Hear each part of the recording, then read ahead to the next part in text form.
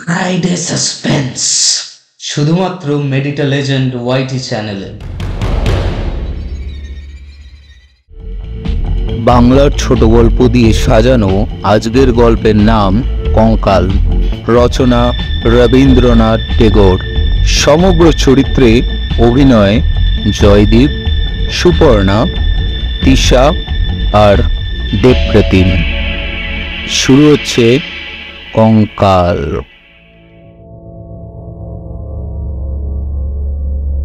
রাত তখন 2:15। ঘুটঘুটে অন্ধকার, কারেন্টও নেই। আমি টর্চ হাতে বারান্দা নিয়ে হেঁটে যাচ্ছি যে এত রাতে সানাই কে বাজাচ্ছে, তবলায় বলি বা তুলছে কে? কোন অশরীরী মেহফিলের দিকে এগিয়ে যাচ্ছি আমি। তারপর হঠাৎ দেখি কে যেন একটা ভয়ানক কালো চাদর গায়ে দিয়ে দাঁড়িয়ে আছে। সেই দাড়িওয়ালা দারোয়ান আমাকে দেখেই সে খসখসে গলায় জিজ্ঞেস করলো, এত রাতে কোথায় যাচ্ছেন? আমি ঢোক গিলে বললাম, এই আসলে হঠাৎ করে ঘুমটা ভেঙে গেল তো। আমার কথা শেষ হতে না দিয়েই লোকটা সেই বিচ্ছিরি রকমের গলায় বলে উঠল, আপনার কি পায়খানা পেয়েছে? এই এই জন্যই না তোদের সামনে কিচ্ছু বলতে ইচ্ছা করে না। পুরো গল্পটা মাটি করে দিল। তোর আর স্বভাব গেল না পূর্ণ। সুযোগ পেলেই কখানা বস্তা পচা ভূতের গল্প নিয়ে বসে পড়লো, ব্যাস। রাত দুপুরে হরিকাকার জয়দুর্গা হোটেলের দোতলার বারান্দায় উনি মেহফিল শুনছেন। মা কালী দিব্যি, ভূতের আর খেয়ে কাজ নেই।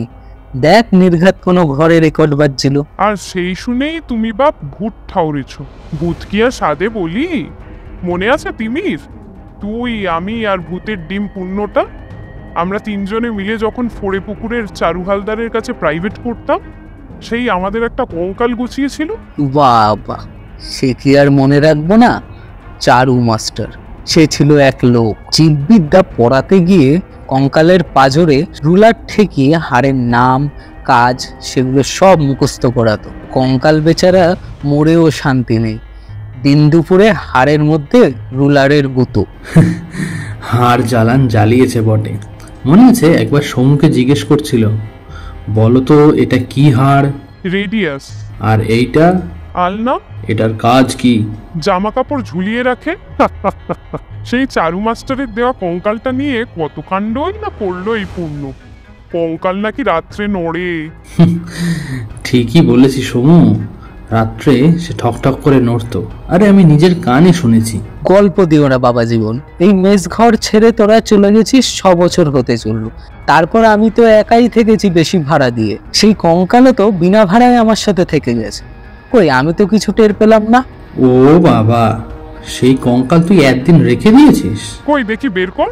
সে আর হওয়ার জন্যই আজ সকালেই পুরনো ট্রাঙ্ক, ছেঁড়া কাপড়, বাক্স ভরা আবর্জনা সহ ওটাকেও ফেলে দিয়েছি আস্তাকুড়ে। যা যা যা, ভাবলাম পুরনো বন্ধুকে পেয়ে পূর্ণ কোলাকুলি করবে আর সেই দৃশ্য দেখে চোখ সার্থক করব। ক্ষমা দে রে, ওইসব নিয়ে ছেলে খেলা না করাই ভালো। ভালো করেছিস তিমির, বিদায় করেছিস। তবে আমরাও বিদায় হই এইবার, নাকি? 8টা বেজে গেছে, ট্রেন ধরতে হবে আবার। তোরা রাতের খাবার খেয়ে যাবি না? কতদিন পর এলি। সেই আমাদের মেস ঘর, যেখানে এতগুলো বছর একসঙ্গে থেকেছি, কলেজের দিনগুলো কাটিয়েছি আর সিনেমাও দেখতে গিয়েছি। হ্যাঁ, সেই দুটো বড় বড় আলমারি, রংচটা সবুজ রঙের জানলা, মার্কিন খানের মার্কা একখানা ছবি সিদ্ধিদাতা গণেশের দরজার পরে আটা, সবটাই এক। খালি নতুন আমদানি একটা টেলিফোন। টেলিফোন নয়, বল টেলিফোনের কঙ্কাল। আগে মাঝে মধ্যে লাইন থাকতো, গত কয়েক মাস হয়ে গেছে সেটুকুও নেই।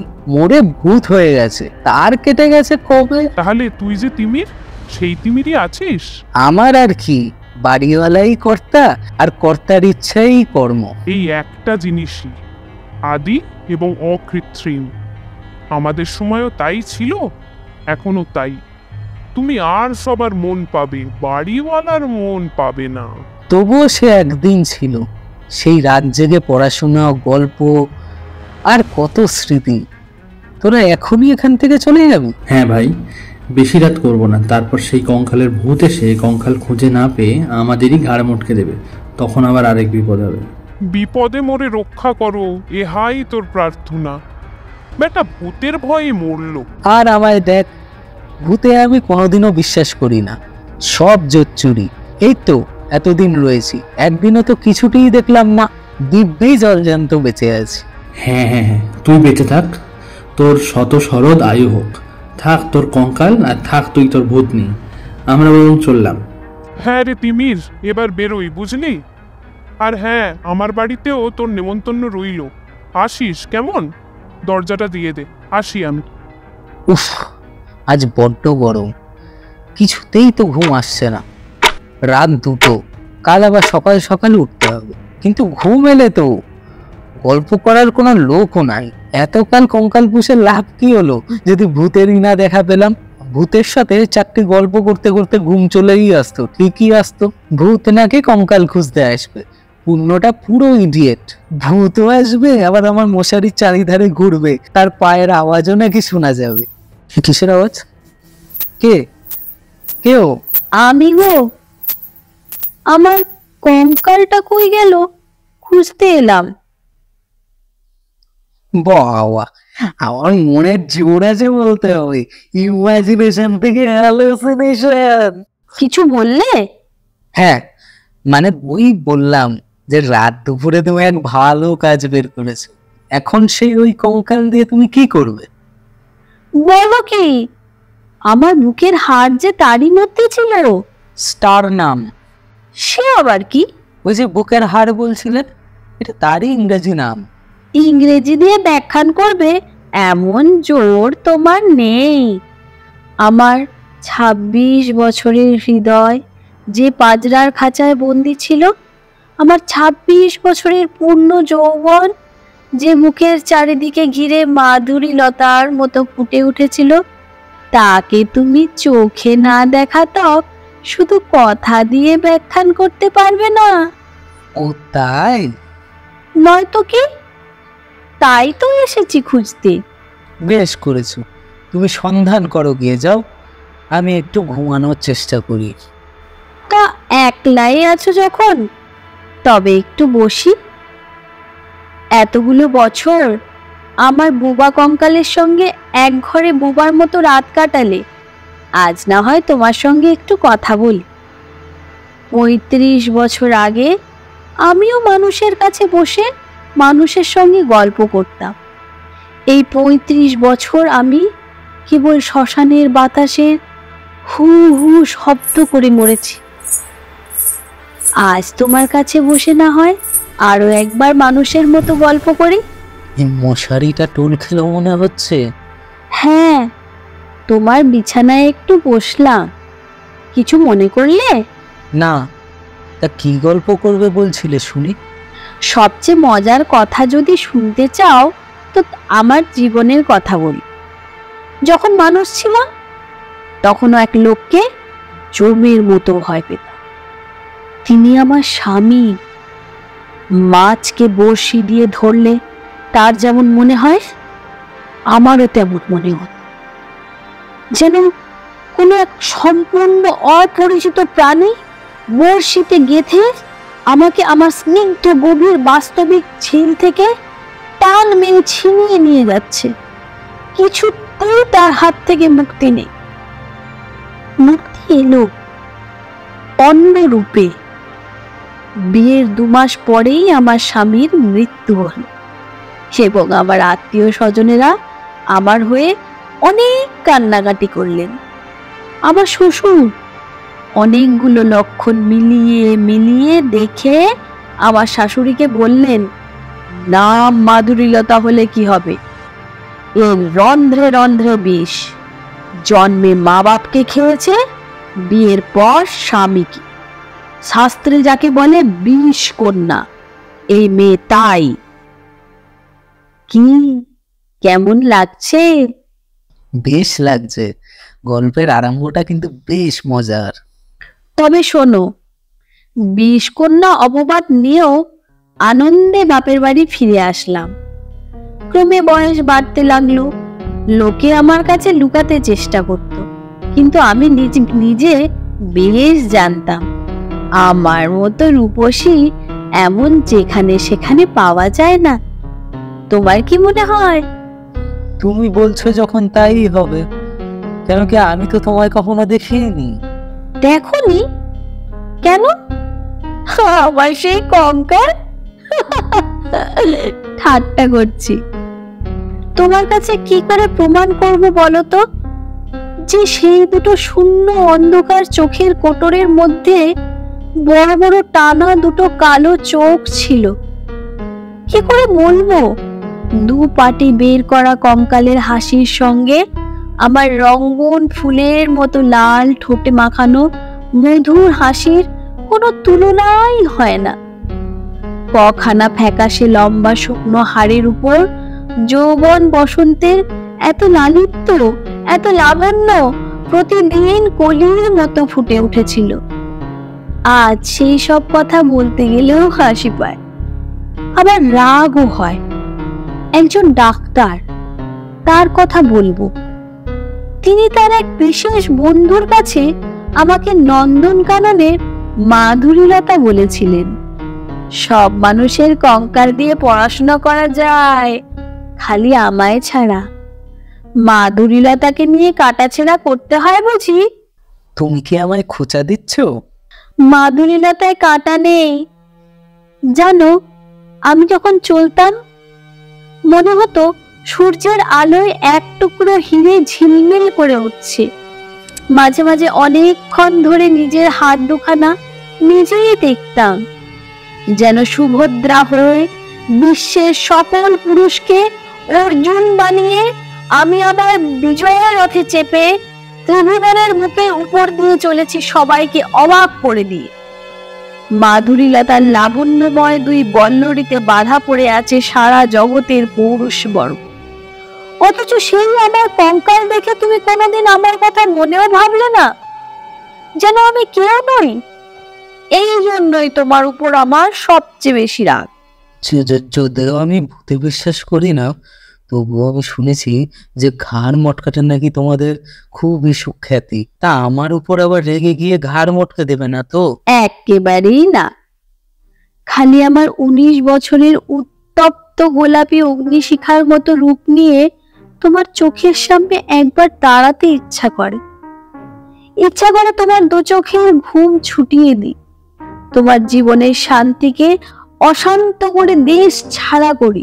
তোমার যদি গা থাকতো তবে সেই গা ছুঁয়েই বলতাম, ঘুম আর শান্তি এ জীবনে আর নেই। তোমায় দেখিনি ঠিকই, তবে আপন মনের মাধুরী মিশিয়ে তোমায় করেছি আমি রচনা, সেই অনেক। তোমার গল্প থামিও না। বুদ্ধিমান তিনি যিনি শোনেন। বেশ, শোনো। বাপের বাড়িতে লোক বলতে কেবল আমার দাদা আর কিছু চাকর বাকর ছিল। দাদা প্রতিজ্ঞা করেছিলেন তিনি বিয়ে করবেন না, ফলে অন্তঃপুরে আমি একা। বাগানের গাছতলায় একা বসে ভাবতাম গোটা পৃথিবীটাই আমাকে দু চোখ ভরে দেখছে। পৃথিবীর সমস্ত যুবক যেন দল বেঁধে ঘাসের গালিচা হয়ে আমার পায়ের সামনে। চারিদিকে কারা যেন ঝুমঝুম গেয়ে উঠত, বাজিবে সখী বাঁশি বাজিবে, হৃদয় রাজ হৃদয়ে রাজিবে। সারাক্ষণ আমার মন কেমন করত। এমন সময় মেডিকেল কলেজ থেকে পাশ করে এলেন দাদার এক বন্ধু, ধরে নাও তার নাম চন্দ্রশেখর। তিনি আমার বাড়ির ডাক্তার হলেন। আমি তাকে আগে অনেকবার আড়াল থেকে দেখেছি। দাদার বাকি বন্ধুদের মধ্যে কেবল চন্দ্রশেখরই আমি বারবার দেখতাম, যদিও তিনি আমাকে কোনোদিনও দেখেননি। সন্ধ্যাবেলায় ফুলে ঢাকা মল্লিকা গাছের তলায় আমি যখন রানীর মতো বসে থাকতাম, কল্পনা করতাম চন্দ্রশেখর বুঝি আড়াল থেকে আমাকে দেখছে। কি শুনছো? কি মনে হচ্ছে? মনে হচ্ছে চন্দ্রশেখর হয়ে জন্মালেই বেশ হতো। আগে সবটা শোনো। একদিন বাদলার দিনে আমার জ্বর হয়েছে। ডাক্তারকে খবর দেওয়া হয়েছে। চন্দ্রশেখর এলেন। সেই আমাদের প্রথম দেখা। আমি জানলার দিকে মুখ করে শুয়েছিলাম। ডাক্তার যখন ঘরে ঢুকেই আমার দিকে চাইলেন, তখন তখন তোমার রুগ্ন মুখ গোধূলির কোণে দেখা আলোয় রাঙা। ডাক্তার দেখলেন নরম বালিশের উপর কে যেন মাধুরীলতার এক গুচ্ছ মঞ্জুরি রেখে গেছেন, ঠিক না? ঠিকই হবে।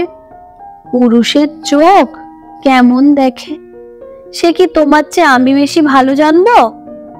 ডাক্তার নম্র মৃদু গলায় দাদাকে বললেন, হ্যাঁ, 2 দিন ধরে জ্বর শুনলাম, রোগীর হাতটা একটু দেখতে হয় যে।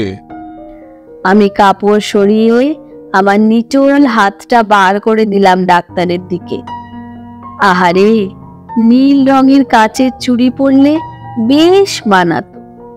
এদিকে রোগীর নাড়ি দেখতে গিয়ে কোনো ডাক্তারের যে এমন ইতস্তত করে তা সেদিন প্রথম দেখলাম। কাপা কাপা আঙুলে তিনি আমার নাড়ি দেখলেন, জ্বর মাপলেন। কি বুঝলেন জানি না, তবে তার নাড়ি যে অত্যন্ত দ্রুত চলছে, তার বুকে যে আমার চাইতেও বেশি উত্তাপ জমেছে, সে বুঝতে আমার আর দেরি লাগলো না। এই যে ডাক্তারির উপর ডাক্তারি, এসব ভালো কথা নয় কিন্তু। তা আর বলতে, ধীরে ধীরে আমায় যে কি রোগে ধরলো। মাঝে মাঝে শরীর খারাপ হলেই ডাক্তারকে খবর।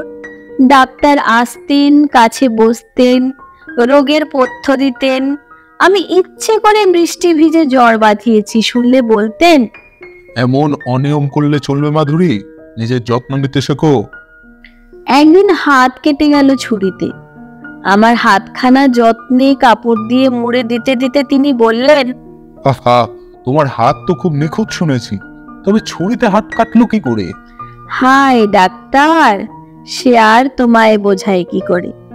আমার জগতে পুরুষের সংখ্যা কমতে কমতে কোটি কোটি থেকে শেষে একে এসে ঠেকলো। জগতে পড়ে রইল কেবল এক ডাক্তার আর এক রোগী। আমি গোপনে সন্ধেবেলায় একটা বাসন্তী রঙের কাপড় পরতাম, ভালো করে খোপা বেঁধে হয়ে মাথায় এক গাছি বেল ফুলের মালা জড়াতাম। একটা আয়না হাতে হেমন্তের বাগানে গিয়ে বসতাম আর ভাবতাম কতক্ষণে গায়ে হিম লাগলে জ্বর আসে। ডাক্তারের যাতায়াত বাড়লো, এখন আর তাকে ডাকতে হলে রোগ বাঁধাতে হয় না। এতই পরিচিত হয়ে গেলেন, সরাসরি কথা বলতে আর কোনো ফাঁক থাকলো না। কিছুদিন পরেই আমাদের বাড়ির একতলায় ভাড়া নিয়ে তিনি তার ডাক্তারখানা খুললেন। তখন সময় পেলেই আমি তার সঙ্গে গল্প করতে যেতাম। সে কত কথা, ডাক্তারি কথায় তার মুখে আরো বেশি খুলে যেত বলে বারবার নানান রোগের কথা, ওষুধের কথা, বিষের কথা সব জিজ্ঞাসা করতাম। মৃত্যু যেন কিছুই নয়, ঘরের লোকের মতো। অমনি আমাদের আলোচনা। পৃথিবীর দুহাতে পড়ে রইল দুটো মাত্র জিনিস, ভালোবাসা আর মরণ। তাহলে বাজিল সখী বাসি বাজিল, হৃদয়ের রাজ হৃদে রাজিল। আচ্ছা, মনে করো গল্পটা এখানেই যদি শেষ হয়, তাহলে কেমন হয়? মন্দ হয় না, একটু অসম্পূর্ণ থাকে, কিন্তু সেইটুকু মনে মনে শেষ করে নিতে খুব একটা অসুবিধা হবে না। কিন্তু তাহলে যে গল্পটা নিরস হয়ে পড়ে। বললাম তো, এ এক মজার গল্প। আসল রসিকতাটা শুনবে না? বেশ, শুনি তাহলে। কিছুদিন ধরে দেখলাম ডাক্তারবাবু বড় অন্যমনস্ক, কেমন মনমরা হয়ে আছেন। আমার সঙ্গে কথা বলতেন, কেমন বাঁধো বাঁধো ঠেকছে। তাই হঠাৎ একদিন দেখলাম খুব সাজগোজ করে তিনি দাদার কাছে এলেন তার গাড়িটা ধার করার জন্য, রাত্রে লাগবে। আমি আর থাকতে না পেরে দাদার কাছে গিয়ে জিজ্ঞাসা করলাম, দাদা, ডাক্তারবাবু আজ তোমার গাড়ি নিয়ে কি করবেন? কই যাবেন? দাদা বলল, মরতে। আমি জোর করায় দাদা খোলসা করে বলল, ডাক্তার সেই রাতে বিয়ে করতে যাবেন। আরো শুনলাম এই বিয়েতে ডাক্তার বড়লোক শ্বশুর বাড়ি থেকে 20,000 টাকাও পাবেন। কিন্তু আমার কাছে এ খবর গোপন করে আমাকে অপমান করার কোনো প্রয়োজন ছিল কি? আমি কি তার পায়ে ধরে বলেছিলাম যে এমন কাজ করলে আমি মাথা কুটে মরে যাব? বলিনি তো। তবে পুরুষ মানুষকে বিশ্বাস করার জো নেই। পৃথিবীতে একটা মাত্র পুরুষকে দেখে আমার জ্ঞান চক্ষু খুলে গেল। ডাক্তার যখন বিকেলে বাড়িতে এলেন, আমি তার সামনে গিয়ে বললাম, কি ডাক্তার বাবু, আজ নাকি আপনার বিয়ে? নেমন্তন্ন পেলাম না তো। কি হলো? হাসি মুখ অমন চুপ হয়ে গেল কেন? গরিব ঘরের মেয়ে, তাই আর বরযাত্রী নেওয়ার ভরসা পেলাম না। কি বলেন? গরিব ঘরের মেয়ে? আপনার শরীরে তো বড় দয়া ডাক্তার বাবু, গরিব ঘরের মেয়েকে পার করে দিচ্ছেন। যাগে, কত শখ ছিল আপনার বউ দেখবো, সে বুঝি আর হলো না। আর বলি গাড়ি যায়, বিয়ে করতে যাচ্ছেন অথচ বাজনা নেই। বাজনা দিয়ে কি হবে? আনন্দ উৎসবে তো বাজনা লাগে। আচ্ছা, বিয়ে ব্যাপারটা কি সবসময় আনন্দের হতে হবে?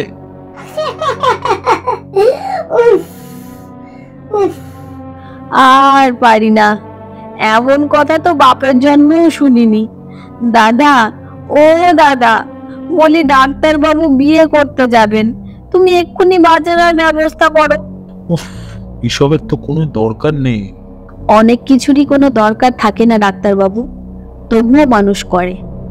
আচ্ছা, বিয়ে করে যখন ঘরে বউ আনবেন, তখনও কি মেয়ে মানুষ রোগীদের চিকিৎসা করবেন আপনি? এমন বলছো কেন?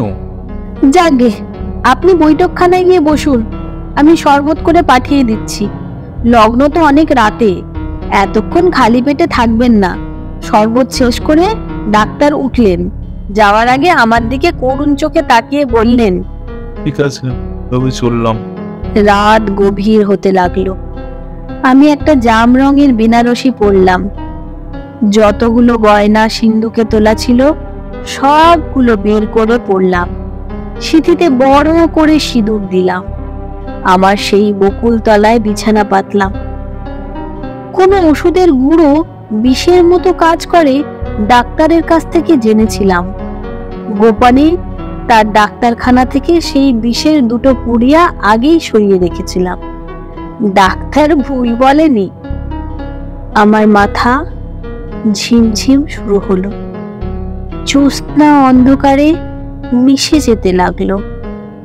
আকাশ ভরা তারা আমার দু চোখের সামনে থেকে মায়ার মতো মিলিয়ে যেতে লাগলো।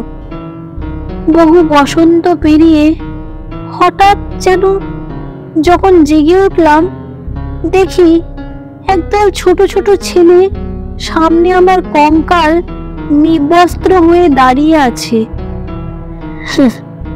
কি গল্পটা কেমন লাগলো? বেশ ভালো, তবে একটু পুরনো ফ্যাশনের জনম দুঃখিনী ভালো মানুষ নায়িকা। আহাত দ্য ট্র্যাজেডি। একটু মন হলো যে এ নায়িকা কি ভালো মানুষ? এ নায়িকা তো সবাইকে খায়। জন্ম, মৃত্যু, বিবাহ, 3 পর্বেই কাছের মানুষকে খেয়েছে এই মেয়ে। এ তো সাক্ষাৎ নিষ্কন্যা। দাঁড়াও দাঁড়াও, জন্ম আর বিবাহ তো বুঝলাম, তবে কিন্তু মৃত্যুতে মানে ঠিক? ওহ, তোমাকে তো বলাই হয়নি। বিষের দুটো পুড়িয়ার মধ্যে একটা ছিল ডাক্তারবাবু শরবতের গ্লাসে। কি বলছো? তার মানে তুমি এ কি সাড়া দিচ্ছ না কেন? কোথায় গেলে তুমি? টেলিফোন? এই টেলিফোনের লাইন তো কাটা, অসম্ভব। এই টেলিফোনে তো ফোন আসা অসম্ভব। অনুভব, হ্যাঁ হ্যাঁ হ্যালো। তুমি বলেছিলে তুমি নাকি ভূতে বিশ্বাস করো না, সব নাকি জোচ্চুরি। আমি আমি আমার মনের কথা বলেছো। আমিও মানুষকে বিশ্বাস করি না, সব জোচ্চুরি।